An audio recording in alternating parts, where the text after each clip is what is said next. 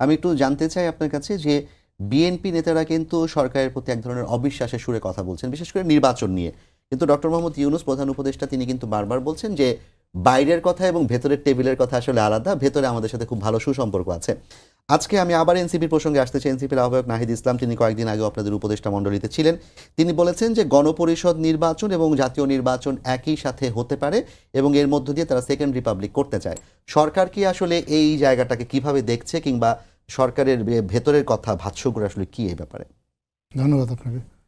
প্রথমত হচ্ছে এগুলো একটা রাজনৈতিক আইডিয়া। মান্না ভাই একটু আগে খুব চমৎকারভাবে কিছু জিনিস ব্যাখ্যা করেছেন যে রাজনীতিটা তো এখন শুধুমাত্র আগের যে সিস্টেমে রাজনীতিটা আমাদের দেশে হয়েছে এখন সেটা আর চলবে না। এখন একটা রাজনীতির একটা পরিবর্তন এসেছে। এই পরিবর্তনের একটা অংশ হিসেবে রাজনীতির যে কিছু তত্ত্ব, যে তত্ত্বগুলো একসময় আমাদের মানুষ ভুলে গিয়েছিল। রাজনীতিটা তো শুধুমাত্র আসলে বক্তৃতা বিবৃতি এগুলো নয়, রাজনীতির কিছু সুনির্দিষ্ট ধারা আছে, কিছু আইডিওলজি আছে। তো এইরকম এই আইডিওলজিগুলো এক একজনের এক এক আইডিওলজি থাকতে পারে, এক একজনের এক এক চিন্তাভাবনা থাকতে পারে। সেকেন্ড রিপাবলিকের কথা বলা হয়েছে আমাদের দেশে। আমার ধারণা সাধারণ মানুষের অনেকেই হয়তো সেকেন্ড রিপাবলিকের কথাটা আগে কখনো শোনেনি, এখন তারা শুনছে। তাদেরকে এনসিপি আইডিয়াটা দিয়েছে, তারা এই আইডিয়াটা ব্যাখ্যা করছে। আবার অন্য রাজনৈতিক দলের নেতৃবৃন্দ যারা আছেন তারাও এই আইডিয়াটা সম্পর্কে তাদের কাছে জানতে চাচ্ছেন। আমরাও যারা আছি, যারা কাজ করছি, আমরাও তাদের সবার মতামত জেনে আমরা নিজেরাও সমৃদ্ধ হচ্ছি। এই যে রাজনীতির যে কথাগুলো, প্রত্যেকের যে নিজস্ব চিন্তাভাবনাগুলো, এগুলো এখন আলোচনায় এসেছে। সো প্রত্যেকে তারা আইডিয়াটা ফ্লোট করেছে, সেখানে এখন এগুলো নিয়ে আলোচনা হবে, রাজনীতি নিয়ে তর্ক হবে, বিতর্ক হবে। এটাই তো একটা গণতন্ত্রের আসলে সৌন্দর্য।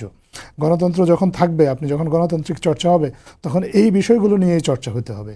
আপনি গণপরিষদ নির্বাচন এবং জাতীয় সংসদ নির্বাচন একই সাথে হতে পারেন কি পারে না, এটা রাজনৈতিক দলের নেতৃবৃন্দ যারা আছেন, বিভিন্ন রাজনৈতিক দল, তারা ভেবে দেখবেন। তাদের ভেবে দেখার সুযোগ আছে। উনি ওনার আইডিয়াটা কথা বলেছেন, ওনার আইডিয়াটা নিয়ে এখন উনি চাইলে ওনার নিজের দলেও উনি আলোচনা করবেন, বা অন্যান্য রাজনৈতিক দলগুলোর সাথেও তো ওনাদের আনুষ্ঠানিক বা অনানুষ্ঠানিকভাবে আলোচনা হবে। এই আলোচনার পরে গিয়ে একটা সিদ্ধান্ত আসবে বলে আমরা আশা করি এবং বিশ্বাস করি। সেই সিদ্ধান্তটা যখন আসবে তখনই আসলে দেখা যাবে যে গণপরিষদ নির্বাচন এবং জাতীয় নির্বাচন একসাথে হবে, নাকি জাতীয় নির্বাচন হবে, নাকি গণপরিষদ নির্বাচন হবে। প্রত্যেকটা একটা ধারণা। এই ধারণার ভিত্তিতেই কিন্তু এখন রাজনৈতিক কার্যক্রমগুলো চলছে, এবং এই ধারণাগুলোকে যার যার দৃষ্টিকোণ থেকে প্রত্যেকে তার নিজস্ব ধারণাটাকে প্রতিষ্ঠিত করার চেষ্টা করছে।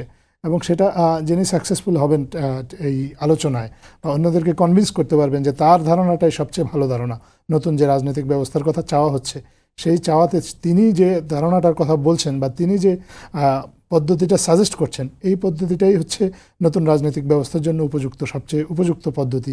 তিনি সেটা তার কথা বলবেন এবং তিনি সে বিষয়ে জনমত তৈরি করার চেষ্টা করবেন, বা রাজনৈতিক ঐক্যমত তৈরি করার চেষ্টা করবেন। এটা খুব স্বাভাবিক জিনিস, এটাই হওয়া ভালো। এবং এটা যদি হয় তাহলে রাজনীতিতে যে সুস্থ ধারা এবং সুস্থ চর্চা, সরকার এই আলাপগুলোকে খুবই ইতিবাচকভাবে দেখছে। প্রত্যেকে তার রাজনৈতিক মতদর্শ বা তার যে রাজনৈতিক ধ্যান ধারণা, এটা নিয়ে আসছে সরকারকে আলোচনার টেবিলে। এটা নিয়ে আলোচনা হবে।